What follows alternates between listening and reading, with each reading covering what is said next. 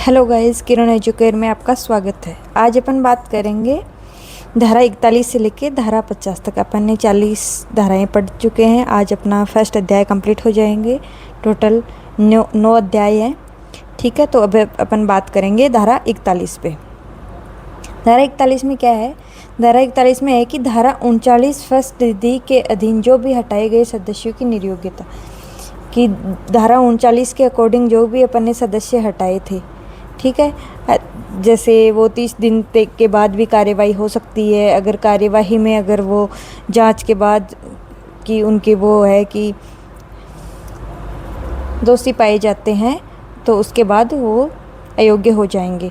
और जैसे धारा 14, 21 और 24 की अपेक्षाओं को अगर पूरा नहीं करेगा तो वैसे निर्योग्य हो जाएंगे, शपथ नहीं लेंगे उसके बाद तो वो अयोग्य हो जाएंगे, 3 बैठकों में शामिल नहीं होंगे तो अयोग्य हो जाएंगे। ये सब सारे 39 फर्स्ट डी के दिन हटाए गए सदस्यों की निर्योग्यता क्या है। फिर ठीक है, वो हट गए। हटने के बाद क्या है कि वो सदस्य 6 वर्ष तक पुनर्निर्वाचन का पात्र नहीं होगा।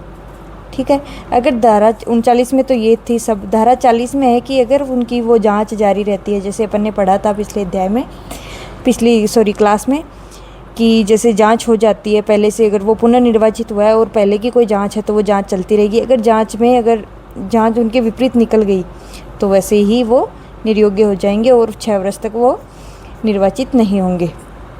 ये है धारा 39 फर्स्ट डी में कि जो भी हटाए गए सदस्य हैं उनकी अयोग्यता क्या है कि अयोग्यता ये है कि वो 6 वर्ष तक पुनर्निर्वाचन के पात्र नहीं होंगे। धारा 39 और 40 के तहत जो भी हटाए गए हैं वो सब सारा 41 में दिया हुआ है। अब बात करते हैं धारा 42 की। धारा 42 में है दोहरी सदस्यता पर प्रतिबंध। यदि कोई नगर पालिका का जो भी निर्वाचित या मनोनीत जो भी सदस्य है, सदस्य मतलब पार्षद है, वो एक टाइम में संसद में या तो MP, विधानसभा में MLA और पंचायती राज संस्था जैसे पार्षद का सदस्य नहीं होगा। मतलब यहाँ पे MP MLA और पहले से MP MLA है, अगर वो नगर पालिका का सदस्य निर्वाचित हो जाता है तो वो MP MLA रहेगा, निर्वाचित नहीं रहेगा। या तो उसको 14 दिन के अंदर अंदर बताना होगा। अगर वो ऐसे नहीं बताएगा तो त्यागपत्र वहाँ से एक जगह से नहीं देता है तो उसकी सदस्यता एक जगह से समाप्त हो जाएगी, दोनों जगह सदस्यता नहीं रहेगी। ये है मतलब 42 में यूँ मान लो, ऐसे याद करना, 42 में 42 आया ना, तो 2 से हो गया दोहरी सदस्यता, मतलब 2 जगह सदस्यता नहीं रख सकते, उस पर प्रतिबंध है। अब बात करते हैं धारा 43। धारा 43 में है कि नगर पालिका का एक अध्यक्ष और उपाध्यक्ष होगा। ठीक है, अपने को पता है अध्यक्ष के लिए वह SC ST OBC महिलाओं के लिए आरक्षित होंगे, कुछ वो पद है वो SC ST इनके लिए आरक्षित होंगे। ये केवल अध्यक्ष के लिए बात कही गई है। अब जैसे अपने को पता है कि नगर पालिका को नगर पालिका बोर्ड कहा गया है। वो वहाँ अध्यक्ष होगा, परिषद में सभापति होगा और नगर में महापौर होगा। और ये अपने में से सदस्य है जो पार्षद है वो अपने में से अध्यक्ष और उपाध्यक्ष का चुनाव करेंगे। ठीक है, एक अध्यक्ष और उपाध्यक्ष होगा। ठीक है, इनको अध्यक्षों के अलग अलग नाम है। पालिका में अध्यक्ष बोलेंगे, परिषद में सभापति और निगम में महापौर। अब है इनकी अनुपस्थिति में क्या होगा? इनकी अनुपस्थिति में होगा कि अगर ये 1 माह में अगर बिना किसी को बताए अगर छुट्टी ले लेते हैं तो अध्यक्ष और उपाध्यक्ष नहीं रहेंगे। ठीक है, 1 माह तक। अगर अध्यक्ष का पद रिक्त हो जाता है, ठीक है, कोई मृत्यु वगैरह हो जाने पे अगर पद रिक्त हो जाता है तो 6 माह में पुनः भरा जाएगा। जी, यहाँ पे यथाशीघ्र बोला हुआ है, यथाशीघ्र भरा जाएगा, वो भी शेष अवधि के लिए। परंतु राज्य सरकार क्या करती है? राज्य सरकार है वो अधिकतम 3 माह तक इस अवधि को बढ़ा सकती है। ये इंपॉर्टेंट है। कौन बढ़ा सकता है? राज्य सरकार बढ़ा सकती है। अगर अध्यक्ष छुट्टी पे है, रिक्ति के टाइम तो क्या होगा कि दूसरे निर्वाचन होगा 6 माह में, राज्य सरकार 3 माह और दे सकती है। और अध्यक्ष अगर छुट्टी पे है तो ठीक है, अगर अध्यक्ष छुट्टी पे है तो उपाध्यक्ष ही अध्यक्ष के कार्यों का निर्वहन करेगा। और ये तब समझा जाएगा अगर उपाध्यक्ष है वो अध्यक्ष के कार्यों का निर्वहन करेगा, मतलब उपाध्यक्ष का पद खाली है, तो ये समझा जाएगा कि उपाध्यक्ष अपना पद रिक्त कर दिया उपाध्यक्ष ने, और सदस्यों में से उनके निर्वाचन के द्वारा वापस उपाध्यक्ष के पद को भरा जाएगा। मतलब यूँ है, 1 माह तक अगर बिना छुट्टी लिए तो रिक्त समझा जाएगा। अगर ऑलरेडी रिक्त हो गया है, जैसे कोई मृत्यु हो जाने पे, 6 माह में पुनः भरा जाएगा और राज्य सरकार 3 माह एक्स्ट्रा दे सकती है। अगर छुट्टी पे है तो अध्यक्ष के कार्यों का निर्वहन करेंगे और उपाध्यक्ष का पद रिक्त समझा जाएगा और सदस्यों अपने में से ही तो करते हैं। उपाध्यक्ष का निर्वाचन अभी अपने ऊपर पड़ा था, तो वापस उपाध्यक्ष का पद निर्वाचन से भरा जाएगा। अब बात करते हैं मासिक भत्ते। मासिक भत्ते अपने को पता है, ये सारे अध्यक्ष उपाध्यक्ष के मासिक भत्ते हैं नगर पालिका निधि से दिए जाएंगे और नगर पालिका 6 माह से अधिक की छुट्टी मंजूर नहीं करेगी। ठीक है, कभी भी अध्यक्ष और उपाध्यक्ष की छुट्टी 6 माह से ज़्यादा नहीं हो। अब त्यागपत्र की बात करते हैं। त्यागपत्र की बात भी धारा 43 में दी हुई है। अनुपस्थिति की बात दी हुई है, एक अध्यक्ष उपाध्यक्ष होगा, उनकी अनुपस्थिति की बात दी हुई है और त्यागपत्र की बात दी हुई है। अब उपाध्यक्ष अध्यक्ष को देंगे, ठीक है, और 1 महीने तक वो एब्सेंट रही तो अपने आप रिक्त हो जाएगा। अध्यक्ष क्या करेंगे? अध्यक्ष है वो राज्य सरकार द्वारा प्राधिकृत जो भी अधिकारी है उनको त्यागपत्र देंगे, ठीक है। वो भी अगर 30 दिन एब्सेंट रहे तो अपने आप पद रिक्त हो जाएगा। नगर निगम और परिषद में निर्देशक और विशिष्ट सचिव होगा जिनको त्यागपत्र देंगे। जो प्राधिकृत अधिकारी है वो राज्य सरकार है, वो नगर निगम और परिषद में निर्देशक व विशिष्ट सचिव होगा और नगर पालिका बोर्ड में होगा उपनिदेशक क्षेत्रीय या डिप्टी डायरेक्टर रीजनल, ठीक है। डिप्टी डायरेक्टर होगा, उपनिदेशक होगा, वो भी क्षेत्रीय। ये प्राधिकारी अधिकारी नियुक्त किए गए हैं राज्य सरकार के द्वारा, इनको अध्यक्ष से त्यागपत्र देंगे, ठीक है। ये हो गई धारा 43। अब बात करते हैं धारा 44 की। धारा 44 में है अध्यक्ष और उपाध्यक्ष के निर्वाचन की वैलिडिटी, मतलब कैसे है, कब तक पद पे रहेंगे, ठीक है। अगर कुछ नहीं हुआ, कोई याचिका वगैरह नहीं दायर हुई तो अपने पूरा कार्यकाल पूरा करेंगे। और अगर अध्यक्ष उपाध्यक्ष के निर्वाचन को अगर वहाँ का जिला न्यायाधीश के समक्ष अगर निर्वाचन याचिका से प्रसंगत किया गया, मतलब याचिका लगाई गई है, तो याचिका लगाई गई है, ठीक है। याचिका कौन लगाएगा? याचिका 2 तरीके, एक तो पराजित, जो उम्मीदवार पराजित हुआ है वो लगाएगा कि इसने जो याचिका किसके विरुद्ध लगाएगा, जो निर्वाचन हुए हैं, जो भी उम्मीदवार निर्वाचित हुए हैं उनके जो कौन लगाएगा, या तो पराजित उम्मीदवार लगाएगा कि या तो इसने भ्रष्टाचार किया है, निर्वाचन अपराध किया है, जैसे धर्म जाति आदि के आधार पे जो पन पीछे पड़ा था, या फिर जिसका नामांकन रद्द हुआ है। ये 2 तरीके ये निर्वाचन याचिका लगा सकते हैं। और ये ऐसे ही नहीं लगाएंगे, इनको 1000 रुपये डिपॉजिट के साथ याचिका लगेगी। अगर इनको याचिका कोई सारहीन लगी, मतलब कोई तथ्य नहीं है कि हाँ ऐसे फालतू में याचिका दायर कर दी है, तो इनके 1000 रुपये जब्त कर लिए जाएंगे, ठीक है। ये है 44 में, ये निर्वाचन याचिका लगाई जाएगी 1000 रुपये, और अगर कोई तथ्यहीन निकली, बिना सारहीन निकली, तो 1000 रुपये जब्त कर लिए जाएंगे, ठीक है। अब बात करते हैं धारा 45। धारा 45 में नगर पालिका के मुख्य कार्य हैं और धारा 46 में नगर पालिका के अन्य कार्य हैं। अब बात करते हैं धारा 45। धारा 45 में क्या है?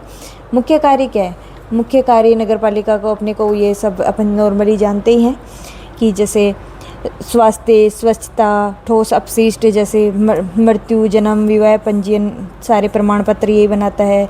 जनगणना करवाता है। धारा 239 के तहत कुत्तों से संरक्षण करता है और अन्य जानवर जैसे अपने सड़कों पे घूमने वाले जानवर है जैसे, ठीक है, तो इनसे सुरक्षा करता है। बूचड़खाने बनवाता है। जो भी अगर जानवर मृत हो गया है, मैंने ये सारी चीज़ें लिखी नहीं है क्योंकि बहुत सारे कार्य थे, नॉर्मल अपने समझने वाले थे, इसलिए नहीं लिखे मैंने।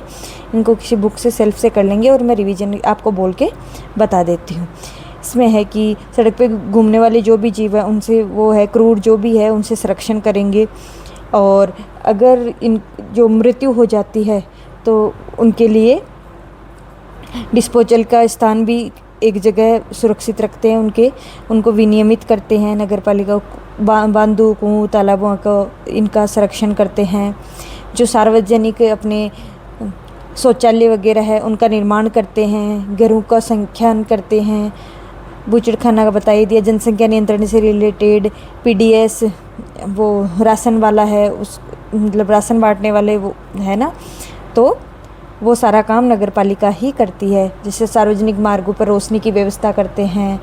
गणोत्पाद जो भी कूड़ा कचरा है उनको एक जगह डिस्पोजल, जब अपनी गाड़ी आती है शहरों में कचरे वाली, तो उनको विनियमित, ये सारे के सारे काम नगर पालिका के मुख्य कार्य हैं। अन्य कार्य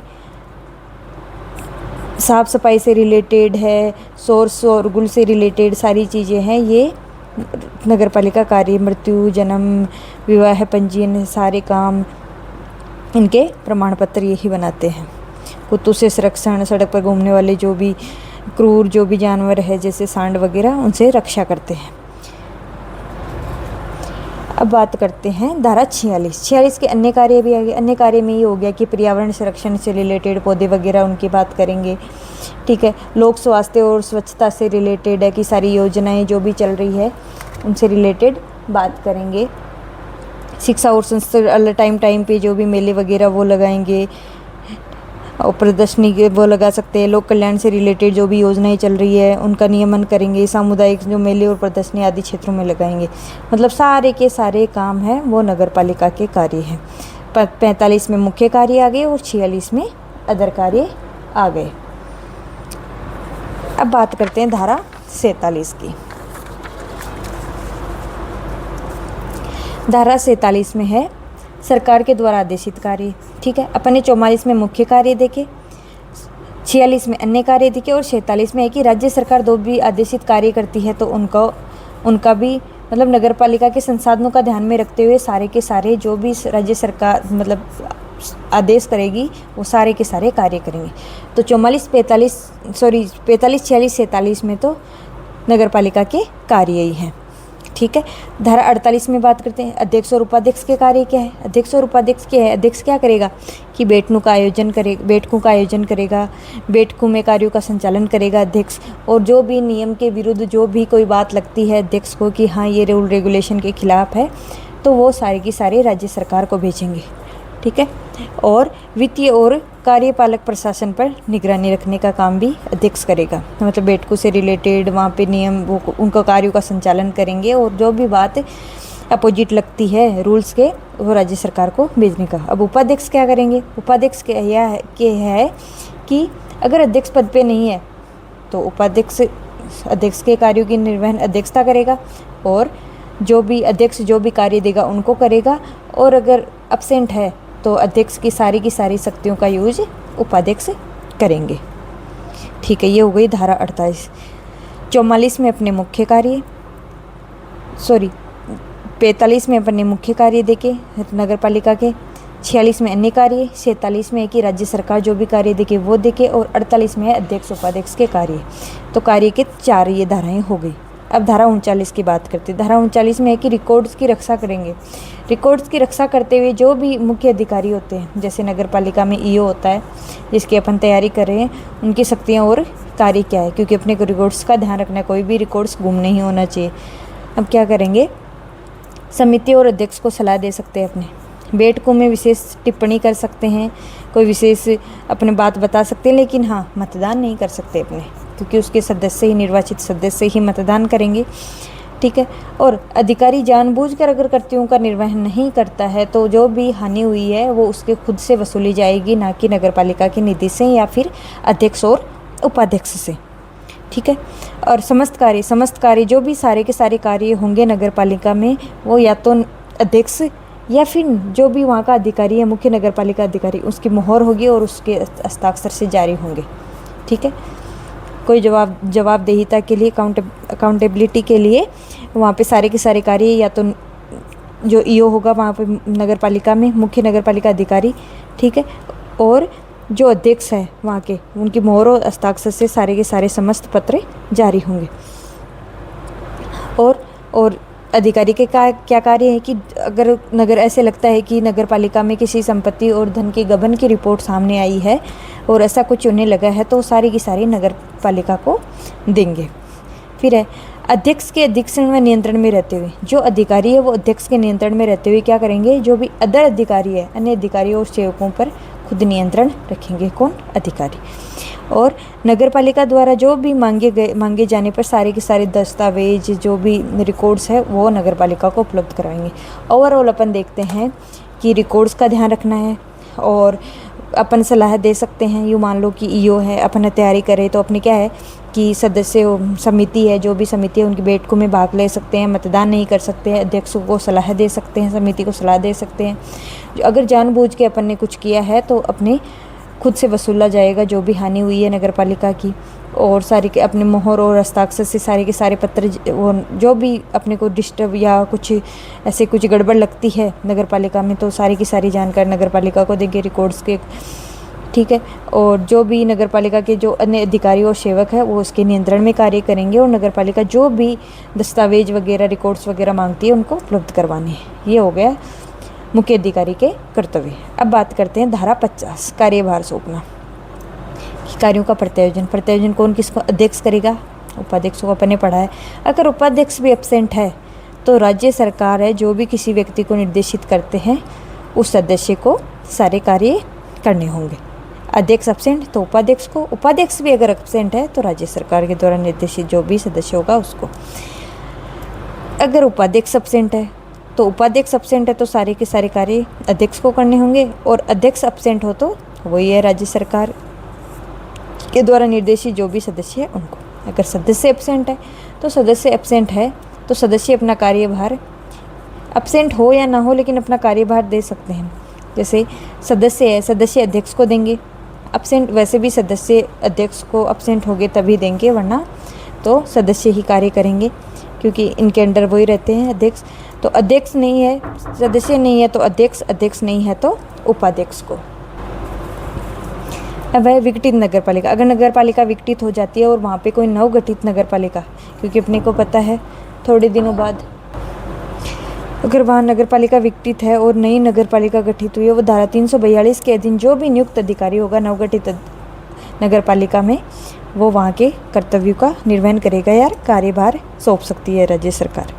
ये सारी बात है। अब कार्यभार किनको सौंपें? अध्यक्ष वो तो सौंप दिए, मैं मान लो अध्यक्ष नहीं है तो उपाध्यक्ष को, उपाध्यक्ष नहीं है तो सदस्य को, ये सब, या फिर राज्य सरकार के द्वारा निर्देशित सदस्य।